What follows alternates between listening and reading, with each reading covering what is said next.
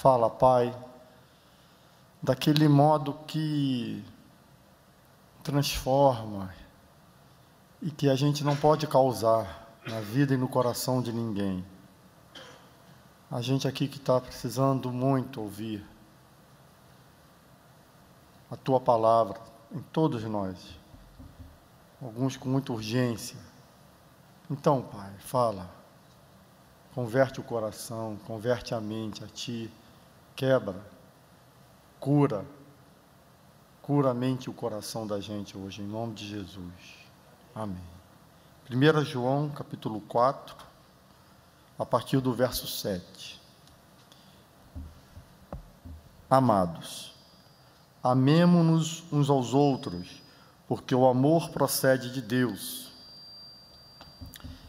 E todo aquele que ama é nascido de Deus e conhece a Deus. Aquele que não ama não conhece a Deus, pois Deus é amor. Nisto se manifestou o amor de Deus em nós, em haver Deus enviado o seu Filho unigênito, único ao mundo, para vivermos por meio dele. Nisto consiste o amor, não em que nós tenhamos amado a Deus, mas em que Ele nos amou e enviou o seu Filho como propiciação pelos nossos pecados.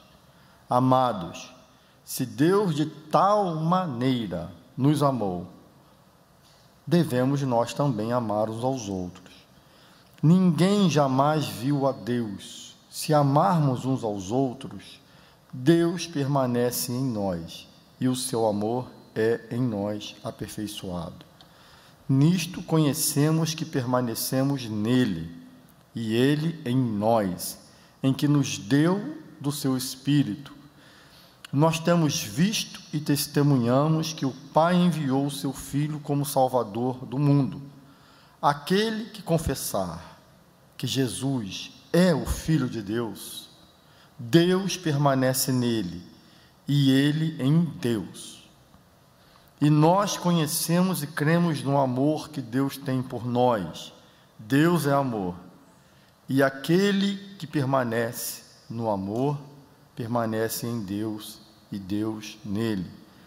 Nisto é em nós aperfeiçoado o amor, para que, no dia do juízo, mantenhamos confiança, pois, segundo Ele é, também nós somos neste mundo. No amor não existe medo. Antes, o perfeito amor, o amor de Deus, lança fora o medo. Ora, o medo produz tormento.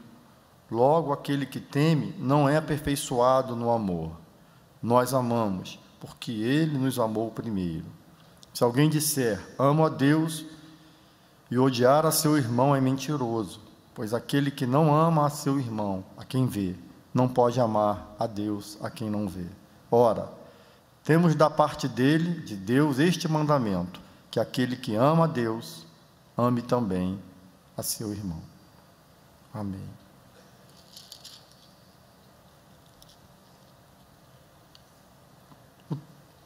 A mensagem central deste texto, que tem muitas mensagens riquíssimas, é apresentar um Deus amável, apresentar, com certeza, a principal característica que identifica a Deus. Deus é amor. Deus é amor.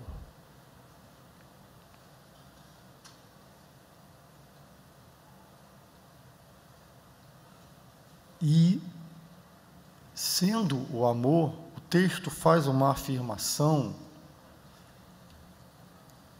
que me deixa, assim, impressionado. O amor procede de Deus. A forma como eu compreendo, não eu, mas muitos estudiosos aqui, é a seguinte: ninguém é capaz de amar se Deus não colocar amor nesse coração, porque a fonte de amor, qualquer bom amor, amor verdadeiro, é Deus. conhecendo ou não a Deus, sendo uma pessoa rendida e vivendo com Deus ou não, se ama, é Deus quem está gerando esse amor nessa pessoa. Ninguém é capaz de amar sem Deus. Deus é a fonte de amor. Mas aqui está falando de um amor muito específico, é o amor ágape. Se eu explicá-lo com a grandiosidade, que esse termo revela sobre o amor, a gente vai ficar aqui só nisso, valeria a pena, mas eu quero chegar em outros pontos. E, resumindo, ágape é aquele amor que Paulo explica, expõe, define em 1 Coríntios, capítulo 13, que fala de um amor abnegado, de um amor sacrificial, que não quer nada em troca, quer se doar. Um amor que ama, porque simplesmente escolheu amar, decidiu amar, sem condições para amar, incondicional. Ama porque decidiu, eu vou amar você, mas eu não presto, eu não mereço, eu não tenho nada, eu jamais vou conseguir corresponder. É por isso mesmo que eu decidi amar, porque se fosse depender de uma correspondência sua, para que eu te ame, eu não vou te amar, porque você não vai conseguir satisfazer uma exigência que me torne alguém que o faça amar. Então eu estou aqui me colocando no lugar de Deus, respondendo a gente, claro, eu decidi amar, porque a única forma de você ser amado é eu decidindo, incondicionalmente, sem condição. Eu vou te amar se isso não existe com Deus. Eu amo você. Ele é amor. Esse amor que se doa, esse amor que considera o outro como objeto de amor, alvo de amor, a despeito do que o outro é, que ama a despeito do amado, é uma revelação de quem é nascido de Deus. Nascido de Deus, aqui Paulo está usando uma expressão que ele cunhou de Jesus, quando Jesus respondeu a quem lhe perguntou: o que eu posso fazer nascer, herdar a vida eterna? Tem que nascer de novo. O nascer de novo é passar a viver a partir de Jesus, reconhecer, João vai falar isso aqui, reconhecer o que Jesus fez por me amar. Nisto se manifestou o amor de Deus em nós, em haver Deus enviado seu Filho unigênito ao mundo para vivermos por meio dele. Vou ler de um modo um pouquinho diferente, porque a leitura, nesse caso aqui, tem que ser um pouco diferente. Em haver Deus enviado seu Filho unigênito ao mundo. Tem que ter uma pausa aqui, porque ele vai fazer uma revelação aqui, que ela é das mais terapêuticas ditas na face da terra, para vivermos por meio dele. Então, esse que é nascido de Deus é aquele que sabe que Jesus veio ao mundo como propiciação, como oferta para aplacar a ira de Deus e me tornar amável dele. Propiciação aqui vem lá do Velho Testamento, de muitos anos antes disso aqui ter acontecido. Na história do judaísmo era assim: tinha uma arca, algumas coisas dentro, e na tampa da arca tinha o propiciatório, onde o sumo sacerdote vinha e oferecia ali os sacrifícios, tudo como uma alusão, uma pré-anunciação, uma figura do que Jesus viria fazer na cruz. Quando o sujeito fazia aqueles sacrifícios, é assim, gente, é assim que era. Ele estava dizendo que os pecados do povo estavam sendo perdoados porque um cordeiro foi morto. Não porque aquele ato em si tinha qualquer valor, e não tinha nenhum valor em si mesmo. Só tinha valor porque representava, pela fé, aquilo que um dia aconteceu, que é a morte do Cordeiro de Jesus. Entendem? Eu creio que esse sangue desses animais mortos estão perdoando o meu pecado. Não, olha, essa é uma figura dramática, muito dramática, fortíssima, de algo que é essencial em toda a fé, na fé cristã. Jesus morreu na cruz. Ele foi oferecido como sacrifício. Aqui tem uma afirmação que eu tenho que fazer, que é muito importante.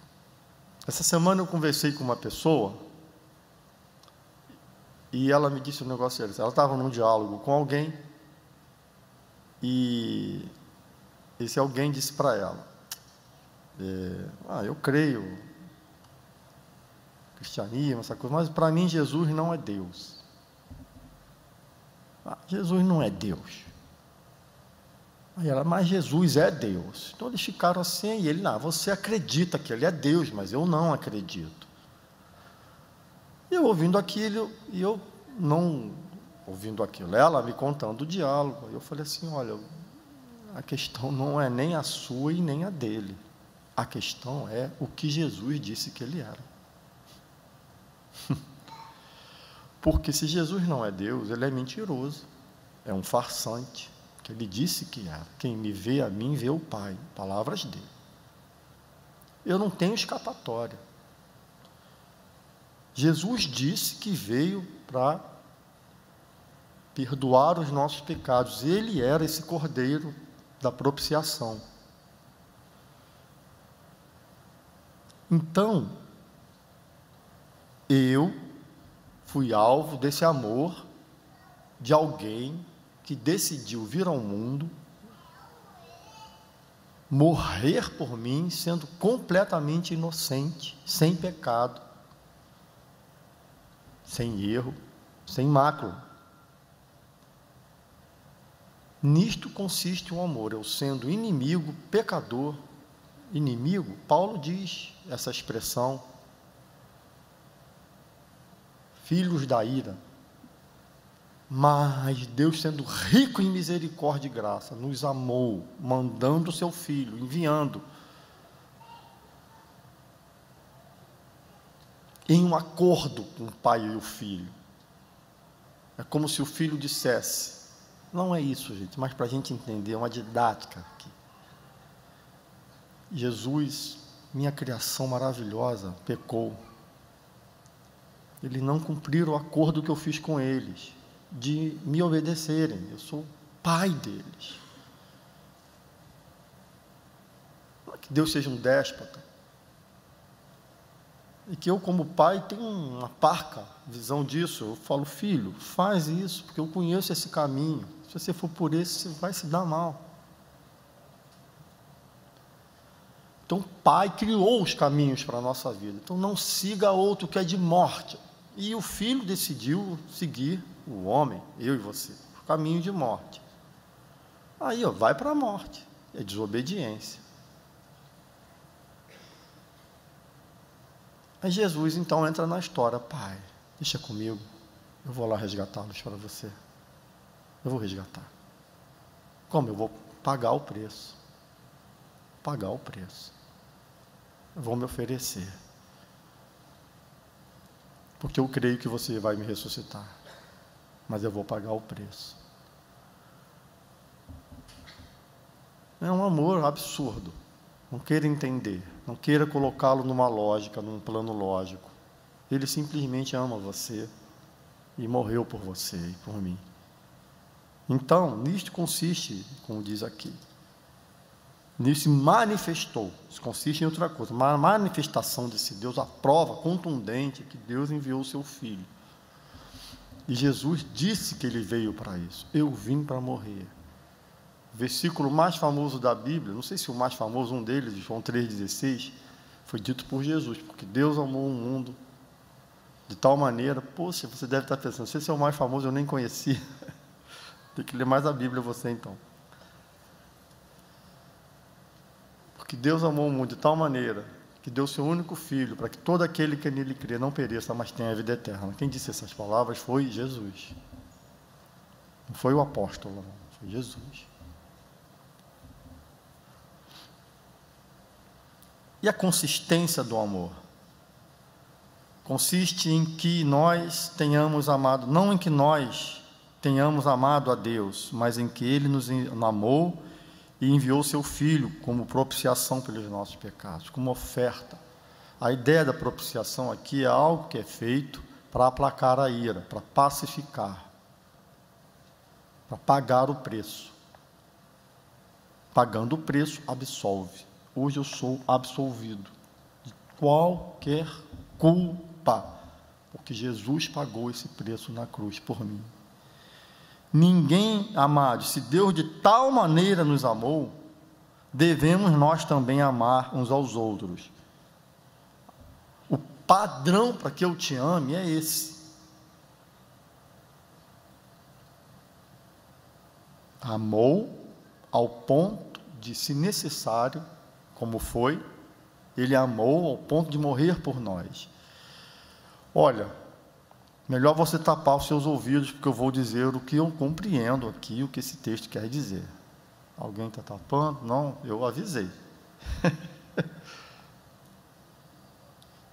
Tem muitos outros textos que comprovam isso. Ele está dizendo o seguinte: o padrão para que eu ame é o padrão do amor que eu recebi de Deus. Eu devo amar você como Deus me ama, incondicionalmente.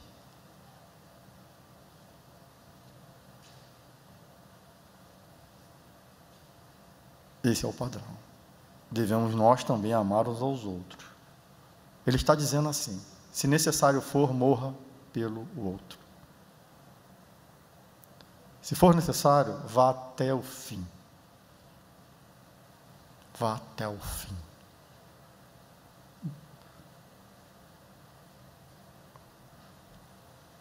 Tem uma das frases que o pastor Antônio Carlos, não sei se vocês sabem, nós somos muito amigos, muito mesmo, amigo mais chegado que irmão. Ele, nessas andanças dele por aí, pelo esgoto do mundo que ele vai, miséria, violência, aí ele vive esse mundo, submundo, aí ele vai para a igreja, ele vai para a sociedade, ele vive em vários ambientes, assim, aí ele me disse algo muito interessante. Eu, nas minhas aulas de psicologia, eu sempre aprendi que o homem tem que desenvolver a autoestima. Ele veio com uma teoria diferente. Ele fala: Wander, a experiência me mostrou que é o contrário. O homem nasce narcisista, amando só a si mesmo. Quando ele consegue estender um pouquinho, ele consegue amar a família. Dali não passa. O limite do amor do homem hoje é a si mesmo e a sua casa. Quando muito. Amar o próximo, que não está na circunscrição umbilical da família ali, aquela coisinha. A gente não pensa no outro, não enxerga o outro, a gente não ama. E João está dizendo que eu tenho que amar uns aos outros, quaisquer que sejam, como Deus nos amou, se necessário for, dar a minha vida. Realmente, talvez o pecado mais difícil de nós abandonarmos é esse de vivermos para nós mesmos. No fundo, a gente é amarrado a uma existência que nos prende a nós mesmos. E essa é uma das razões de tanto sofrimento, que você fica pensando na sua vidinha, pode estar certo, vai encontrar fonte de esquizofrenia, de depressão, de pânico.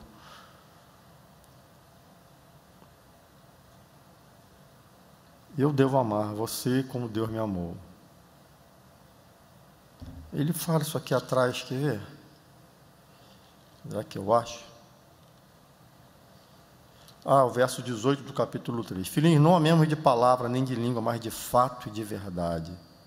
E nisto conheceremos que somos da verdade, nisto se amarmos, bem como perante Ele tranquilizaremos. Que é isso? Que coisa maravilhosa. Tranquilizaremos o nosso coração. Eu fico em paz quando eu amo, abnegadamente. Isso tem aí. Depois leia o capítulo 3, muito curador também. Fala do amor aos irmãos, o ódio ao mundo.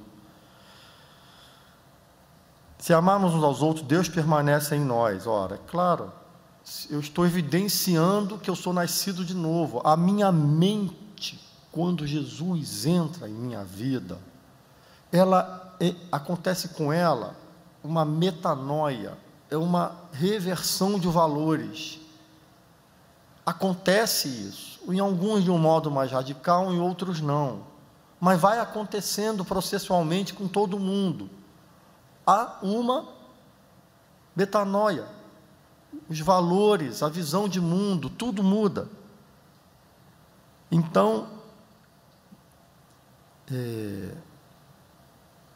isso se torna uma evidência de que eu estou nele, porque eu estou me importando com o que eu não me importava, vivendo para o que eu não vivia e como eu não vivia. Eu quero viver de um outro modo agora.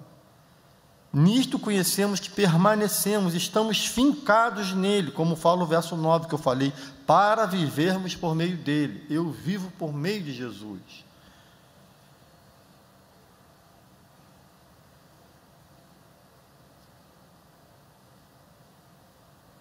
Nisto conhecemos e permanecemos nele e em nós, em que nos deu do seu Espírito.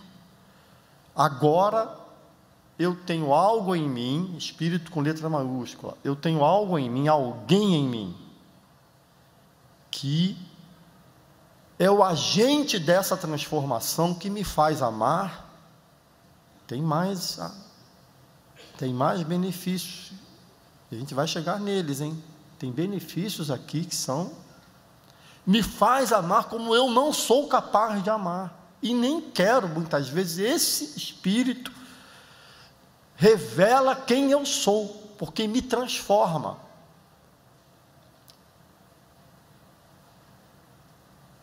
Há momentos em que eu permito essa ação e ela é mais evidente, mais clara, me enche. Há outras em que parece que até que eu estou vazio dessa ação, desse Espírito que me faz amar, que me faz essas outras coisas que a gente verá aqui, mas Deus habita agora em mim, Ele está em mim. Por isso, por Ele estar em mim, eu me torno capaz de viver por meio dEle. Que é uma expressão, eu não acho fácil de explicar. A gente coça a cabeça quando eu estou com o piolho, não, a gente só coça a cabeça quando você fica assim, ai meu Deus, né? Você não sabe o que responder, mas eu sei. Eu vou usar uma metáfora aqui. Não é muito boa, mas acho que vai ajudar a gente a entender o que é viver por meio dele. Imagine alguém que o coração não tem força para bater e precisa de aparelhos. E liga no aparelho. A gente fala que está vivendo por? Quem a gente fala? Por aparelho? Nunca ouviu essa expressão? Está vivendo por aparelho. Porque se tirar o aparelho, morre. Ou seja, você está conectado a alguém que faz o seu coração bater, faz a vida funcionar, que capacita você a viver de um modo que você é completamente incapaz de viver se não estiver entubado em Jesus. Viver por meio dele. Ele passa a ser a minha fonte de vida, de amor. Eu não sou capaz de amar de nada do que o cristianismo me pede, absolutamente nada, muito pelo contrário. Eu sou capaz, por mim mesmo, de um modo sensacional, ser antítese disso tudo, Nós podemos dar aula disso, mas Ele faz meu coração, minha mente, minha vida pulsar de um modo diferente. Aqui um parênteses, é claro, como eu disse, num realismo, seria bom se isso acontecesse de um modo que não houvesse uma variação na vivência disso, mas são ciclos onde isso é mais forte, menos forte, mas nunca zero, e sempre o Espírito vai transformando a minha vida. Por isso, quanto mais eu, de minha parte, buscar viver por meio dele, mais eu vou ser pulsado por ele, por Jesus, por esse Espírito Santo que em mim habita, usando aqui mais quem é de fato que faz essa ação em mim. Mas o que eu posso fazer, que cabe a mim para viver por meio dele? Tem algumas coisas que a gente vai ver. E nós temos visto e testemunhado que o Pai enviou o seu Filho como Salvador ao mundo. Ele viu e testemunhou, ele estava lá, ele foi um apóstolo, ele viu o Senhor, ele testemunhou isso, ele viu os milagres, ele viu tudo, viu a ressurreição, é incontestável.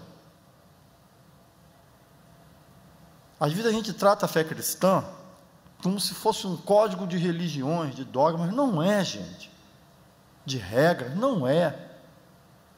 A fé cristã se baseia num fato histórico, alguém veio ao mundo e de fato viveu aqui, sofreu, aquela cruz era de madeira, tinha farpa, o prego furou mesmo, é história, é tão história que dividiu a história, antes de Cristo, e si de si.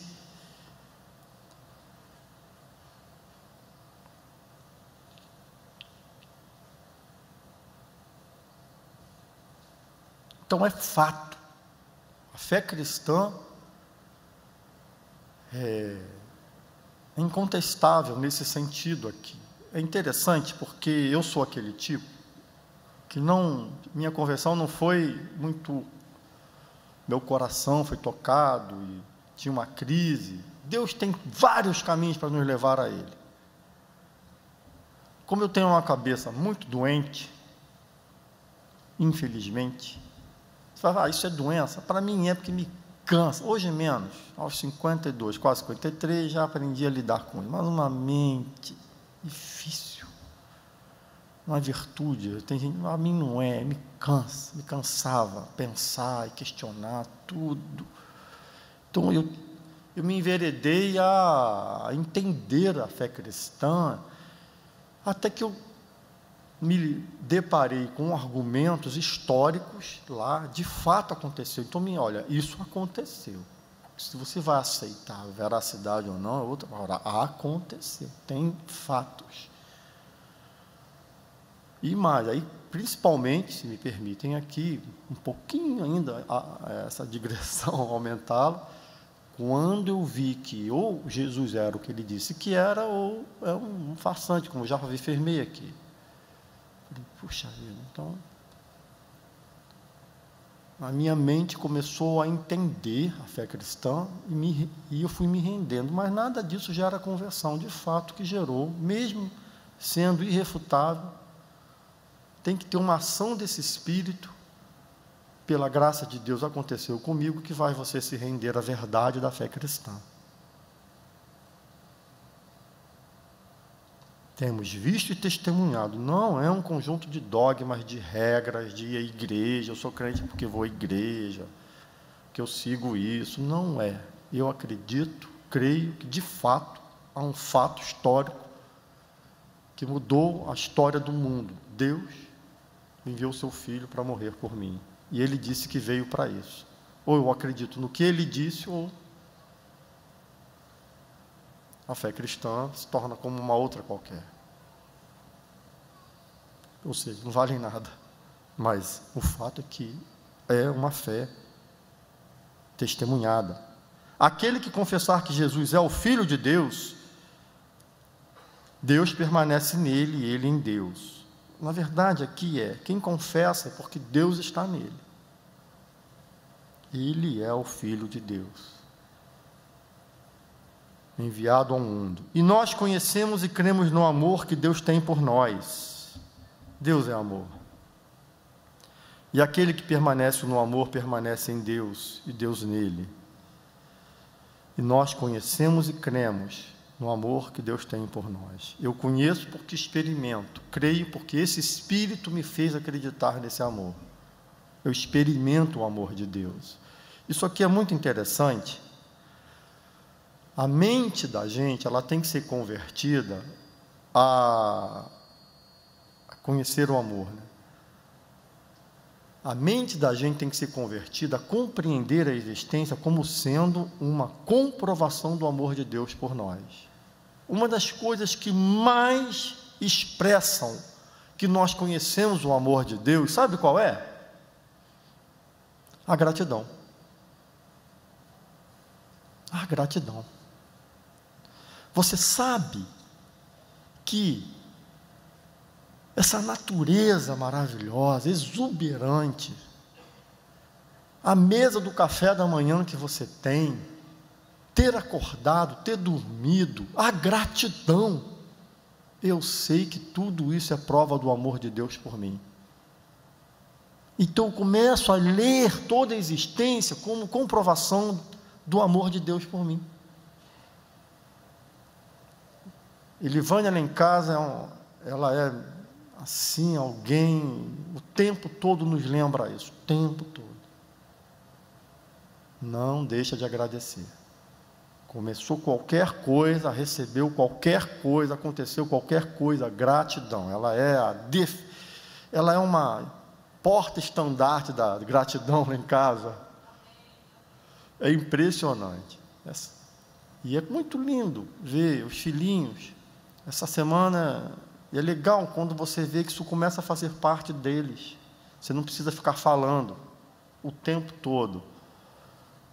Essa semana, uma delas sentou na mesa, assim que sentou, fechou o olhinho, falei, gente, fiquei tão emocionado, agradecendo, porque reconhece o amor de Deus, reconhece tudo que temos. Então, gratidão, o grato, ele revela que Deus está nele, que conhece o amor de Deus, tudo é fruto do amor de Deus. Aquele que permanece no amor, permanece em Deus, e Deus nele. Nisto é em nós aperfeiçoado o amor. Opa, que coisa maravilhosa. Vou ler o texto todo. Para que no dia do juízo mantenhamos confiança, pois segundo Ele é, também nós somos neste mundo. Há um mistério aqui, nesse versículo, que eu acho sensacional. Eu estou no 17. 4,17. Vê se na sua Bíblia tem esse. Nisto em nós aperfeiçoado o amor, para que no dia do juízo mantenhamos confiança. Pois segundo Ele é, também nós somos neste mundo. Primeira verdade desse versículo. De algum modo Ele está operando em mim. Lloyd Jones fala algo tremendo, que às vezes nós lançamos um olhar sobre a nossa vida e parece que não tem nada acontecendo. Não é o que a Bíblia fala. Ele está aperfeiçoando você. A minha ideia é a seguinte: se você acha que está mal, você nem queira imaginar como estaria se não fosse a ação do Espírito Santo aperfeiçoando você. Nem queira saber. O traste, a tragédia, não sei quantas vezes pior, há algo de Deus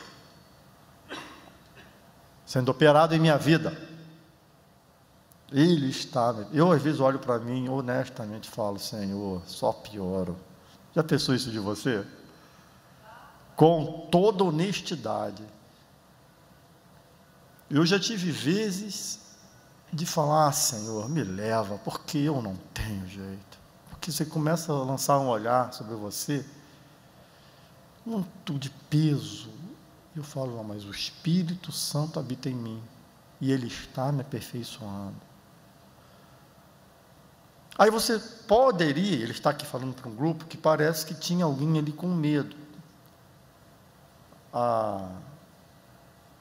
Thaís me contou de um evangelismo que ela fez lá no sertão. Ela entrou numa casa e ela perguntou assim, aquela família, dentro da coisa que ela falou, ela disse assim, e aí, quando chegar no fim da vida, vocês estiverem diante de Deus, vocês têm certeza que vão ser salvos? Aí as pessoas da casa, não, isso aí ninguém sabe, né? Aí a Thaís falou, eu tenho certeza absoluta. E começou a falar da certeza, como ele diz aqui, 17. Para que no dia do juízo mantenhamos confiança. Eu sei que a minha salvação está garantida. Por quê? Porque não depende de mim. Depende do que Ele fez por mim. E o que Ele fez por mim está feito e é inarredável. Depende dEle. Eu sei que quando chegar lá, na minha morte, ou quando Jesus voltar, eu sei que a minha salvação está plenamente garantida. A minha confiança não está nesse olhar que eu lanço sobre mim, é de fato eu estou melhorando. Quando chegar lá eu vou estar legal, perfeito. A minha confiança está no meu Redentor, garantiu minha salvação. Ele garantiu, Ele é o penhor. O texto bíblico fala que Ele é o penhor, a garantia. Ele pagou e está pago. Aquele que Deus me der, Jesus falando, ninguém tira da minha mão, eu não jogo fora e ninguém nada tira da minha mão. Por isso que Paulo fala, quem nos separará do amor de Deus? O que pode? Altura, profundidade, angústias, tristezas, tribulações, potestades, nada. Por quê? Porque Ele decidiu amar e está garantido esse amor. Então, fique confiante. E fala que, segundo Ele também nós somos neste mundo. Há uma ação dEle gerando em mim o caráter, a pessoa de Cristo. Ele está me aperfeiçoando, gerando em mim a pessoa de Cristo. Por isso que Paulo fala, convém que Cristo cresça e eu diminua, para que sejamos uma expressão visível e clara de Jesus na terra. Aqui nos diz qual é o maior dos alvos que um ser humano pode ter sobre si mesmo. O maior dele, de alvos. O que você quer ser? Eu quero ser Jesus, que as pessoas vejam em mim Jesus. Ser nesse sentido de expressar Jesus. Eu conheci algumas pessoas, que eu vou falar uma coisa para vocês, eu olhava para elas e falava, meu Deus, como elas me falam de Jesus. Algumas até vocês conhecem, pelo menos uma delas. Meu Deus, como esse cara, ele entendeu, a paixão que ele tem por Jesus. E aí eu vou responder uma questão outra vez, voltando lá atrás, qual que cabe a mim para viver por meio de Jesus? Verso 9. Eu tenho que encharcar a minha mente com Jesus. Encharcar. Guarde isso. Se você se tornar um estudioso, assim, profundo e... O que eu poderia usar no lugar de obsessivo para não passar uma ideia negativa? Persistente e contínuo de um autor, você conhecer tudo da vida desse autor, todos os textos, Drummond, e você for alguém ali que incansavelmente estuda Drummond, pode estar certo, você vai começar a pensar igual Drummond. Porque você encharca a sua mente dele. Isso acontece para o mal. Não estou dizendo que no caso do Drummond é para o mal, mas estou fazendo uma outra. Isso pode acontecer para o mal. Se você encharca a sua mente de Jesus, Por que Paulo era embrenhado de Jesus, os apóstolos? Porque eles eram profundos, buscavam, conheciam, conversavam. A mente deles era encharcada de Jesus, porque eles não se cansavam das coisas de Jesus, se aprofundavam cada vez mais. Esse Luiz fala uma coisa muito interessante, que a fé, que é viver por meio de Cristo, isso não é o que acontece, agora eu vou viver por meio de Jesus. Não tem vida própria. Deus me deu, Ele mesmo me deu mecanismos para encharcar a minha mente com Ele, que é a palavra, que é a oração, que é o testemunho, as conversações sobre Jesus, o evangelismo, essas vivências simples. Quanto mais eu as praticar, mais minha mente se enche de Jesus. Por isso, minha mente fica assim, desculpa gente, tanta. Por isso que a parábola do semeador diz que os cuidados da vida fazem a palavra criar raiz rasa. É como uma planta que foi plantada num terreno pedregoso, não tem profundidade. Aí você não tem a mente de Cristo, não vive por meio dele. Quanto mais você se encharcar de Jesus, pensar a vida a partir da ótica de Jesus, conversar sobre Jesus. Eu não estou falando de religião, hein, gente, dos dogmas, eu estou falando de Jesus específico, exatamente, a pessoa, seus ensinos. Quanto mais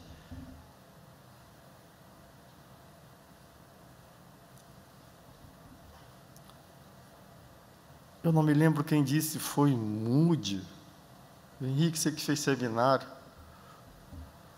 João querido, quem falou, para cada página que eu leio de um livro secular, eu leio 10 da Bíblia?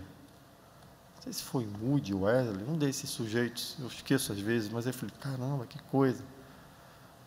Ele não deixa de ler, só que ele lia muito. Inclusive ele falou, até aqui eu já li a Bíblia 100 vezes, e destas 2 de joelho. Que sujeito, ele é apaixonado. Um sujeito normal assim que vive e tal, mas apaixonado, tem que encharcar minha mente. Eu não sei como você vai fazer isso, mas essa paz que eu falei ali, ainda há pouco, lembra-se?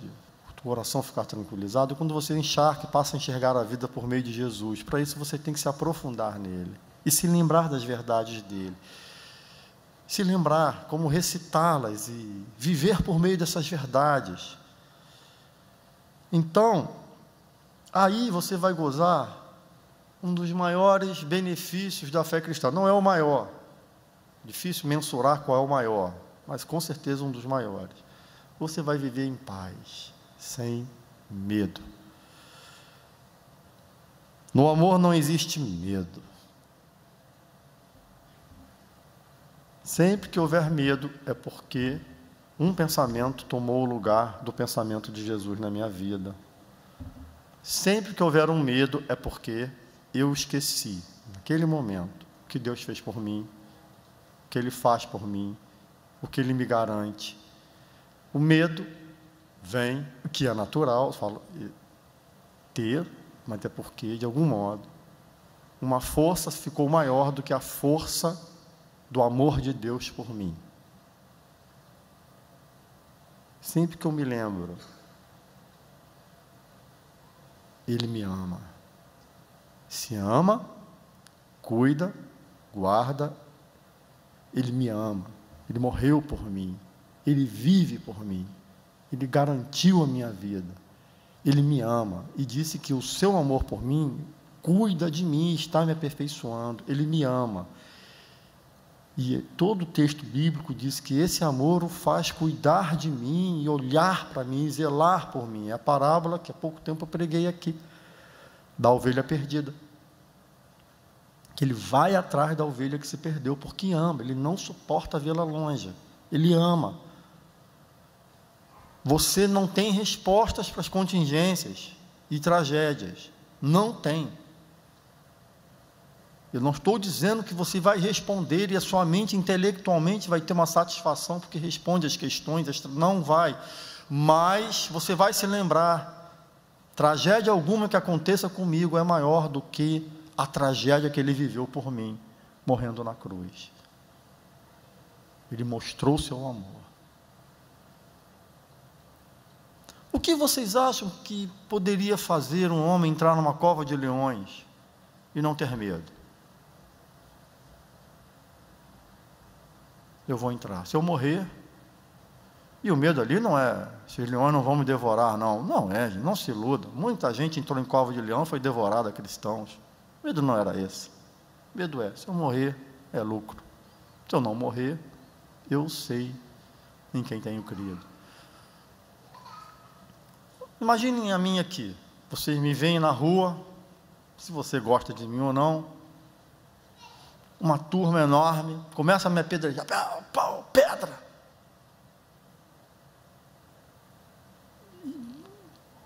Apedrejado. E vocês me olham para mim e eu falo assim, Deus, que esse cara, onde está louco, apedrejado, Deus, exultando no coração, glorificando ao Senhor, sem medo do que está acontecendo, nem raiva, Deus, glória ao teu nome, exultando no coração. Estevão, o que vocês acham que faz um homem como Estevão, sendo apedrejado, morrendo, injustamente, sem medo, sem pavor nenhum? Ele sabe que Deus o ama.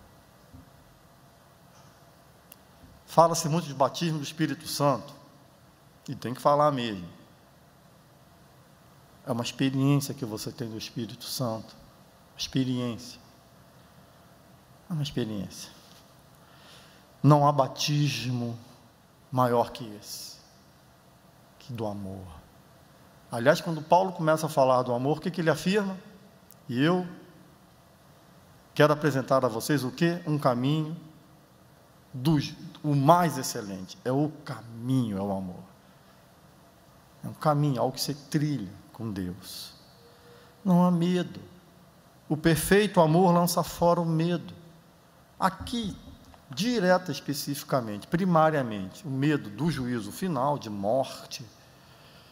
Eu não tenho esse macro medo, porque, que dirá os pequenos? Concordam comigo? Aquele que não poupou seu próprio filho, é claro que vai me dar juntamente com ele todas as coisas, não são palavras minhas, texto bíblico.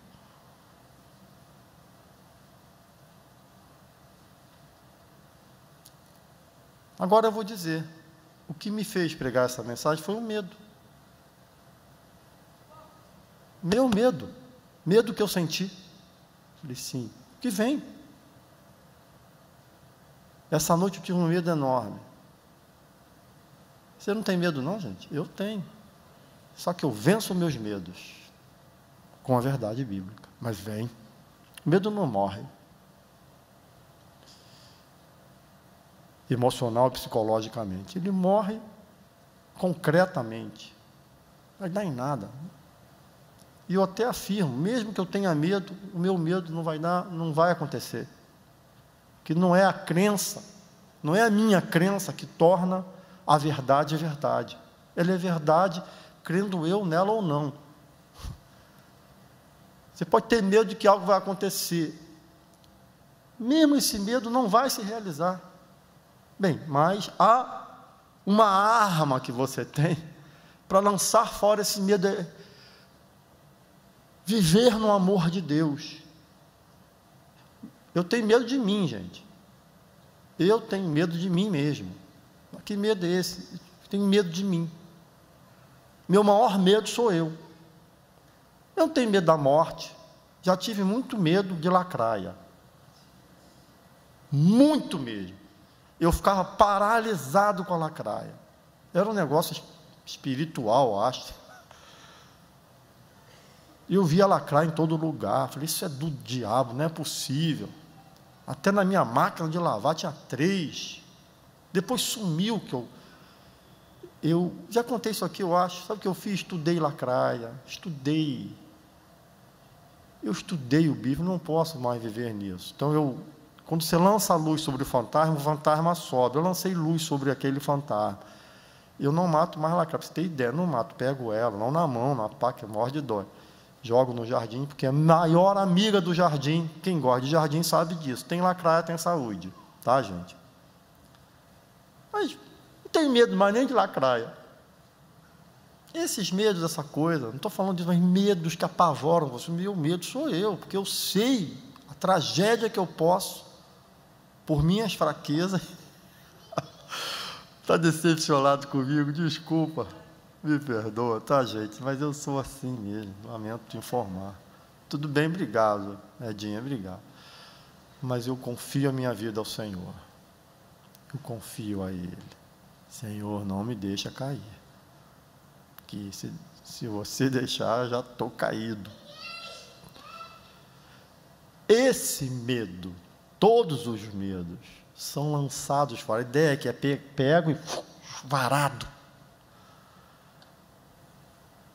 Em Jesus, você se lança em coisas que você jamais se lançaria, mas nele, fala, Senhor, eu vou me lançar. Eu vou me lançar. Porque Ele lança fora o medo. Por quê? Porque Ele me ama. Eu tenho sempre que lembrar, Ele me ama. Um amor abnegado, um amor sacrificial, um amor que morreu na cruz por mim. Não é um amor como o que eu tenho pelo Henrique, meu amigo de longa data, já há uns 60 anos que a gente se conhece. Brincadeira. Mas amor de alguém que morreu por mim, me deu vida eterna. É um amor de alguém que já fez o máximo dos máximos por mim, já fez tanto que eu não tenho por que duvidar que agora fará o que é melhor para a minha vida, porque Ele já fez esse melhor. Eu tenho sempre que fazer a minha mente entrar num universo do amor de Deus, que é um universo de uma história que eu tenho com Ele. O medo produz tormento, é verdade. Logo, aquele que teme não é aperfeiçoado no amor. Teme porque o objeto do temor está no lugar da experiência do amor. Poucas vezes a gente fala uma frase bonita, eu acho que essa ficou, mas eu não lembro mais exatamente o que eu falei. A experiência do amor de Deus, que é um fato, eu experimentei, conheço, sei, toma o lugar de qualquer coisa que toma o medo. E só tem situações estranhas. Eu, conversando com um rapaz, eu falei para ele, cara, você gosta disso que você faz? Gosto demais. Então, acredita que Deus está contigo nisso. Ele é lutador. Luta. Jiu-jitsu. Gente, bom cristão, ele fala, eu creio que Deus está comigo. E eu amo fazer isso. Ele disse que ele, há pouco tempo, ele venceu o campeonato agora. Ele falou para mim, eram 5 lutas. Na 4ª luta, ele falou, o cara me deu um golpe, uma tesoura, um negócio lá, não sei o que é. Ele falou, Vande, cara, sair desse golpe é muito difícil. Ele deu bem dado. Ele falou assim, a minha mente naquela hora deu um branco assim. Eu falei, Deus está comigo. Eu falei, que isso, está defendendo luta? Não, estou falando que esse sujeito viveu uma experiência. Deus está comigo. Senhor, seja feita a tua vontade. Você está comigo. Ele conseguiu sair do golpe, em 15 segundos ele venceu o cara. Até numa situação dessa, que eu espero jamais ter que viver na minha vida, odeio luta de qualquer natureza. Esse prazer por de ver, de assistir, não estou criticando quem tem, eu não tenho, eu fico horrorizado com aquilo. Ele viveu, mas eu estou falando de um enfrentamento da vida, na certeza de que há um Deus que me ama. Então eu vou sendo aperfeiçoado no amor, encharcando a minha mente da história desse amor por mim. Guarde isso, da história desse amor por mim. Eu tenho sempre que lembrar. Nós amamos porque Ele nos amou primeiro. Eu não amo porque sou bom, eu amo porque Ele, me amando, me tornou alguém capaz de amar. Se alguém disser, amo a Deus e odiar a seu irmão, é mentiroso. É incompatível, não tem como. Amar a Deus e não amar o irmão, não dá, porque Deus me faz ser Ele, expressão dEle, nesse sentido de amor. Ele gera esse amor em mim. Pois aquele que não ama a seu irmão, a quem vê, não pode amar a Deus a quem não vê. Ora, temos da parte dele este mandamento, que aquele que ama a Deus, ame também a seu irmão. Por fim, então, meus irmãos, por fim, uma lição final aqui é essa. A resposta que se espera de alguém que experimentou o amor de Deus, ele já disse isso lá atrás, ele está repetindo aqui. A resposta é amar ao próximo, amar ao outro. Uma evidência que deixa claro, esse é de Deus, é porque você ama, expressa esse amor.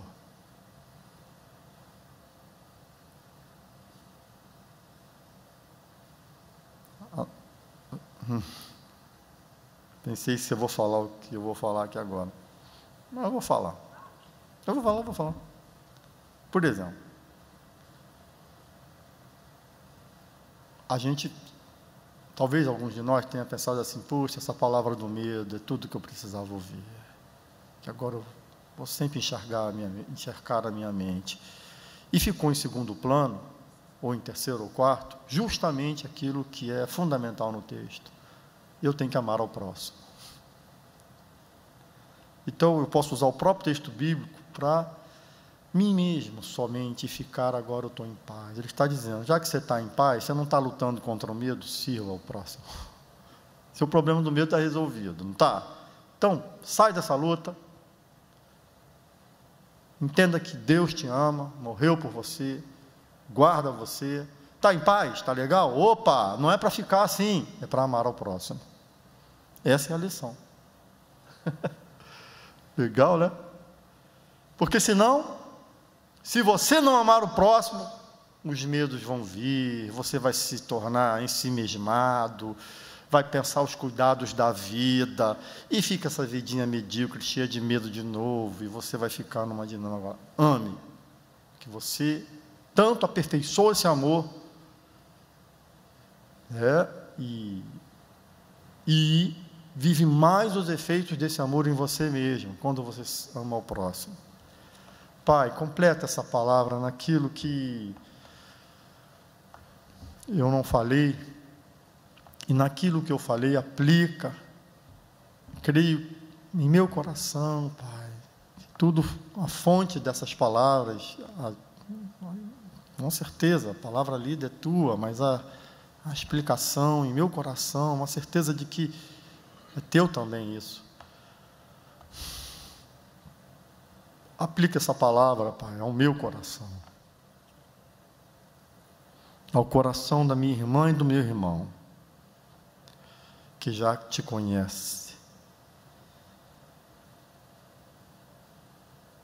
Mas, Pai, de um modo muito específico eu te peço, isso eu sou completamente incapaz de fazer. Aplica essa palavra a quem está aqui e não te conhece, ainda não experimentou esse amor, nem sei se tem, Pai. No fundo, eu nem sei, mas se tem. Aplica essa palavra daquele modo que faz esse milagre, a palavra vivificar no coração, ganhar vida.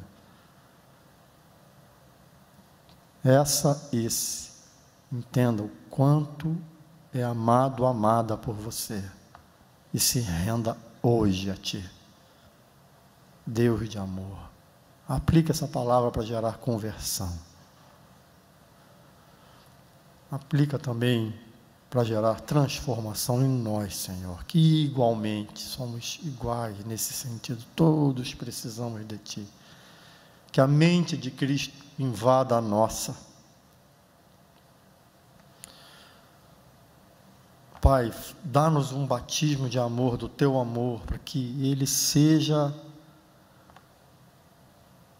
a mola propulsora, seja o gás, Seu amor seja a fonte, Seu amor, nossa mente e coração sejam embrenhados com Teu amor, e redunde em amor ao próximo, em glória ao Teu nome, no fim de tudo. Tem misericórdia de nós, dá-nos um dia abençoado, perdoa os nossos pecados, de fato, arranca de nós todo medo, encharcando-nos com a certeza do teu amor. Leva-nos na tua paz, no teu amor, na tua esperança. Leva-nos no teu colo, nos teus braços. E obrigado, obrigado, obrigado, obrigado por tanta graça, Deus amável.